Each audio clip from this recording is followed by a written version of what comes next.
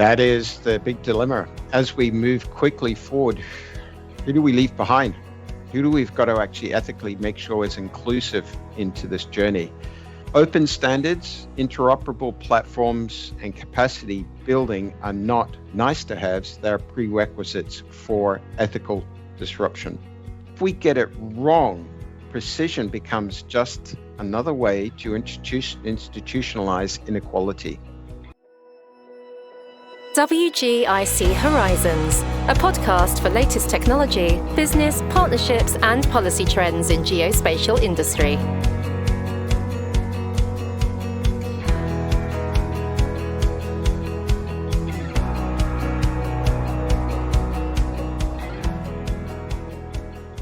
Welcome to the Future of Geospatial, where we explore the intersection of cutting-edge technology and the evolving landscape of spatial intelligence. My name's Aaron Addison, and I'm joined by Leonard Sands. Today, we're diving into a topic that's reshaping industries, societies, and even our understanding of reality itself: technology disruption in geospatial and what comes next. In this episode number 4 of a series where we unpack 4 key areas impacting the future of geospatial. Leonard, this is our 4th and final episode of this Horizon podcast series on the future of geospatial. We've spoken about technology, policy, and industry transformation, but today we end and wrap up our series with what might be the most important topic: human capital and ethics. If geospatial truly underpins decision-making at scale, and how we train people and how we govern technology becomes existential for the industry, doesn't it? I agree completely. If the previous episodes were about what we can do with geospatial technology, this one is about who we become as an industry while we're doing it, and whether society continues to trust us to make the decisions that affect people's lives. Couldn't agree more. Let's go ahead and dive in. So our first topic that we wanted to touch on today was human versus machine roles. This is on top of mind. Am I going to be replaced by AI, et cetera? And so let's start with the big question. AI is clearly outperforming humans in certain domains, particularly at scale. Where do machines dominate today in geospatial, and where must humans remain firmly in control and in the middle of this process? Oh, that's a big question. I can see that if we're looking at Anthropic, OpenAI, all of these things, they're actually showing a lot of things that really we didn't think could be possible even 2-3 years ago. If we're honest, machines already outperform us in mathematical modeling, pattern recognition, and logic-based prediction at scale. Whether it's satellite constellations, LiDAR point clouds, sensor fusion, no human team literally can process the volume or the velocity of the data that has been done by AI. That reality is well documented. WGIC's GeoAI policy work shows that AI excels in classification, feature extraction, and predictive modeling, often outperforming human analysts on objective metrics. Where humans still outperform machines decisively is interpretation and decision making.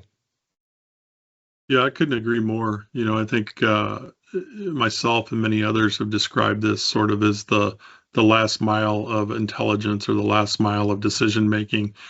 Some of these algorithms and the methods and processes can get you most of the way there, but they're not going to get you all the way there. Is that fair? Exactly. It's the context, the consequence, and the accountability is where the humans can take that last mile of intelligence. Today, AI can tell you what changed or what might happen. A human must decide what that means in a specific social, political, or environmental context, and whether acting on that is ethically justified. And this is why humans in the loop model is now considered the best practice across geospatial AI governance. It's not philosophical. It's reflected in WGIC's own policy guidance and the UN discussion on ethical GeoAI.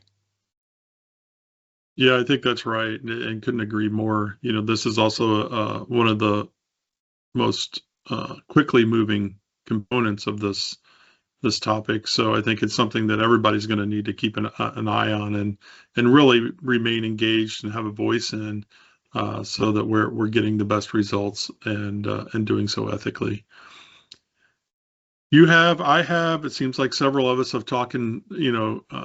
spoken publicly about quantum computing changing this balance. And so, as if AI is not enough, now here comes quantum computing.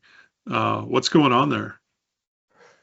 Yes, this is one that is actually creating a lot of hope for the future, but of course a lot of change which is going to come through, and where many people, we believe, are unprepared. Quantum computing will eventually eliminate some of today's technical gaps between the human reasoning and machine optimization, particularly in multivariable spatial simulations and probabilistic optimization. The quantum computing workforce literally shows how rapidly this capability is developing and how unprepared society currently is for it. But even if machines surpass humans technically, accountability doesn't disappear. Someone still needs to sign off the decision. Someone still needs to answer for the societal impact. That can't be automated. Yeah, I mean, lots of work to be done here. I think in quantum, again, I couldn't agree more that people, we spoke earlier off camera about the ability and the bandwidth for people to make decisions, and here we've just touched on the first two topics right out of the gate on doing things at scale. How do you keep a human in the loop at scale with AI, and then contemplating the quantum capabilities on some of these simulations, the probabilistic outputs optimizations, and how do you then shift some of those human in the loop sort of decisions? And one of the things I've thought about recently was around weather forecasting.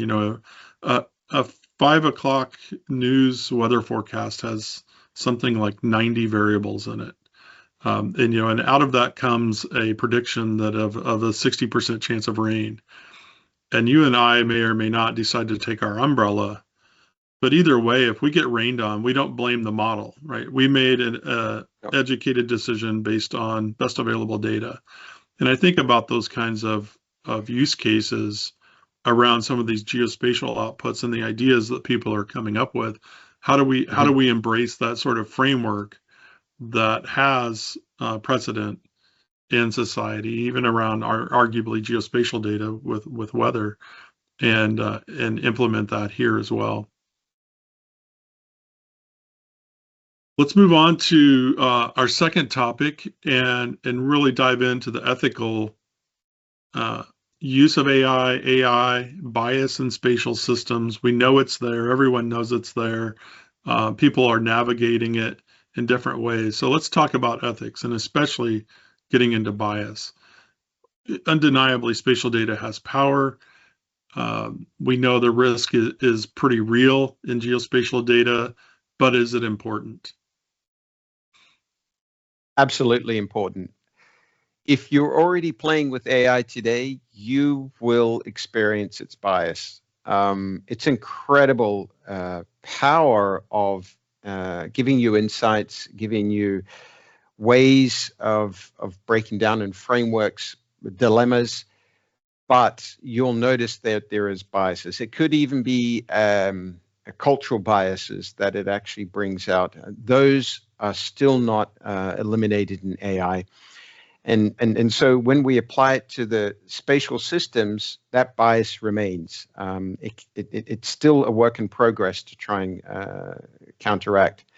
So the risk is not theoretical; it's actually documented. And whether you've been in the legal profession, some of the AI solutions they're using in the legal profession are with fault. And how they're influencing some of the legal decisions. right across through to spatial systems as well. The UN Habitat and peer-reviewed studies show that AI-driven spatial models can reinforce historical bias. An area like urban planning, policy, and infrastructure investment, if trained on biased data sets, can be impacted. If historical data reflects inequality, and often it does in a biased way, AI will scale that inequality unless we intervene deliberately. And that's where the human in the loop, but also validating the data that it's trained on, is absolutely important. Yeah, that's a very interesting thought. I hadn't really contemplated in that context, but there's almost in nature and natural systems and biology, there's this idea of biological magnification, where something happening at a very local scale sort of increases in magnitude as it scales up through the food chain. And I'm wondering if there aren't some very similar kinds of things going on here with this inequality and bias within AI models. At the essence, AI models are statistical mathematical equations with a lot of weightings, millions and millions of weightings. And it's by association that it can find itself through the neural network, the large language model. So absolutely, it's mimicking a natural system, which by virtue also has a weighting on influence. That's why the UN GGIM's ethics principles explicitly call out do no harm, address bias, protect the vulnerable, and ensure accountability and geospatial decision-making. The uncomfortable truth is that precision does not equal fairness. It was very cleared out. A highly accurate spatial model can be still ethically wrong if applied without social context or oversight. And it's been captured quite well in that ethics principles by the UN. Yeah, I think some people, when they think about ethics and bias, they think about it as a checkbox. But what I'm hearing you say is that's not really the case. No, not at all. It's not a checkbox. You can't consider it as a state that you've done and you completed it. No, it's actually by principle a design discipline. That's what we've got to embrace. It's a design discipline at which we've got to, how do we use AI? Ethics must be embedded in data selection, model design, deployment context, and decision governance. It's not just in one area of a tick the box. WGIC has been explicit that commercial organizations share responsibility for defining safe and ethical use of geo AI, not just governments. It applies to everyone. Yeah, I couldn't agree more. I think, some people have been thinking, when they think about ethics, they think about watching an HR or compliance video for 11 minutes, answering 3 questions, and they're done. And, I think it's pretty clear, certainly from the WGIC perspective, that that's not the case and not sufficient. So again, an area where we really need to keep our eyes open and remain engaged in the conversation, I think. Our third topic that we wanted to touch on today around the human capital in AI and future geospatial is really education and upskilling, and sort of some of the hard truth around that. Are we doing a good job at the university level, at any level really, preparing our next generation workforce for this reality? Bluntly, not even close. We've seen it. The industry is moving so quick, and research and what is industry delivering is I don't see the separation. And sometimes what has been released, is it research or is it actually real hardcore tech that we can use? It's a fine line. Most geospatial education was designed for a world where GIS was a tool set, not a decision engine. That's changing really quickly now. Many graduates are trained deeply on one software ecosystem You could be in a GIS ecosystem, often a single vendor with limited exposure, with system design, ethics, or cross-platform thinking. You've seen many times in institutes where a software vendor has made the first influencing point in the educational program. This isn't an accusation by any means. It's a structural outcome. Vendor-centric training creates operational competence, but limits innovation, interoperability, thinking, and critical challenge of assumptions. The risk of vendor lock-in are well documented across technology sectors. Yeah, I think that's spot on, and certainly you need to have an understanding of the tools that you're using. But what I've been calling this is sort of the so what question. You know how to use the tools, so what? Because that then speaks to the decision making and some of the other areas that you were touching on there. So I think that's a good way to think about it. And this is an area where I'm seeing a lot of work being done right now, because people are beginning to wake up and realize that this is the challenge of the day. And it's going to take multitude of approaches to have a solution set that can begin to address this. So you touched on quantum earlier. That makes things better, right? Oof. The gap gets wider. When quantum can actually take on more variables, trillions of variables in the space of time that what we can do today, the gap gets significantly wider. Quantum readiness literature shows a global workforce shortage, even in foundational quantum skills, let alone domain-specific applications like geospatial modeling. The gap is there. What we need is hybrid professionals, spatial thinkers who understand AI, ethics, emerging compute paradigms, not just software operators. It is a bigger holistic look at how we deliver spatial outcomes, not just as an operator of software.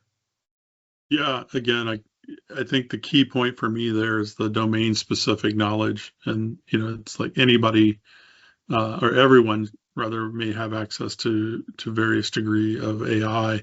They're not going to equally have access to the domain knowledge in geospatial or any other topic area for that matter. And I think about that. Sometimes I've come up with examples over my career to explain this to people. It's that, I can make an argument that the scalpel salesman knows way more about the scalpel than the surgeon, but who do you want doing your surgery? The scalpel salesman or the surgeon, right? It's that domain expertise on how to use the scalpel that makes all the difference.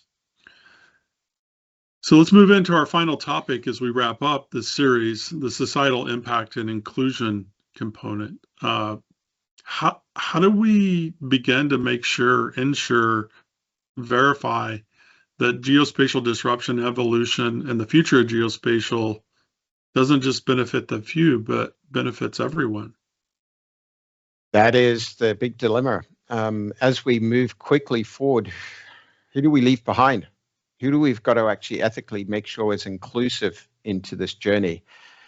Access is the first gate for this, and then capability is the second.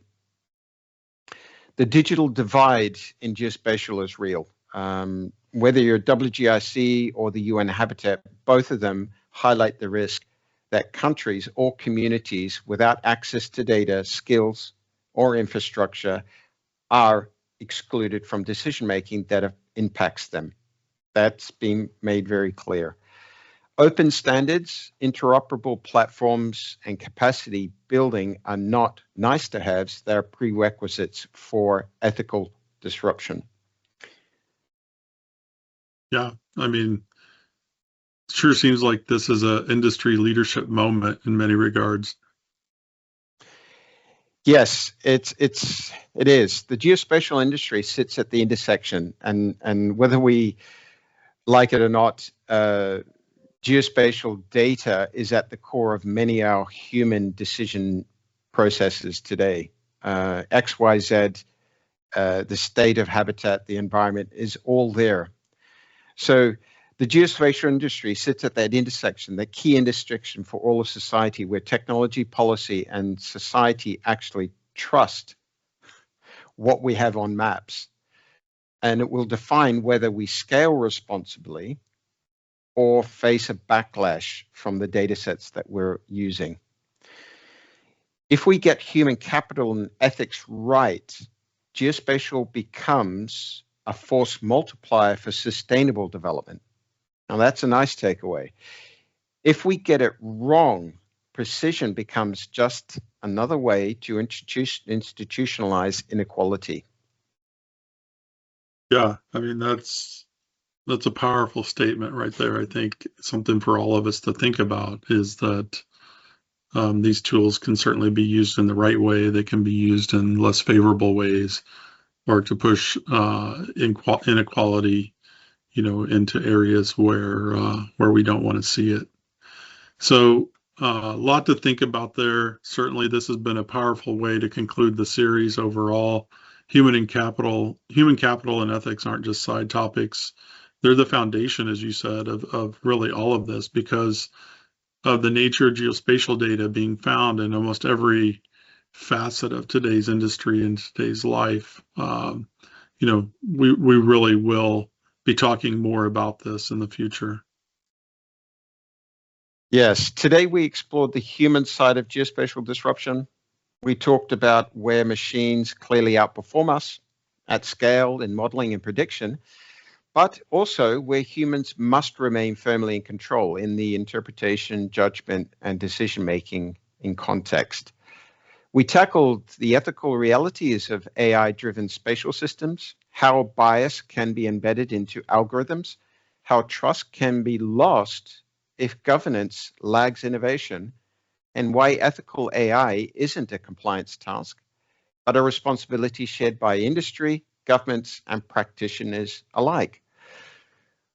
We were honest about education and skills, questioning whether today's training models are truly preparing the next generation for an AI and quantum-enabled geospatial future, and whether vendor-centric thinking is limiting how far our industry can evolve. And finally, we reflected on impact, how geospatial innovation must benefit society as a whole, not just those with access to technology. If we want to retain trust and relevance in a rapidly changing world, these are the key things: access to technology. As this series comes to a close, one thing is clear. The future of geospatial won't be defined by technology alone, but by the people who design it, govern it, and take the responsibility for the decisions it enables.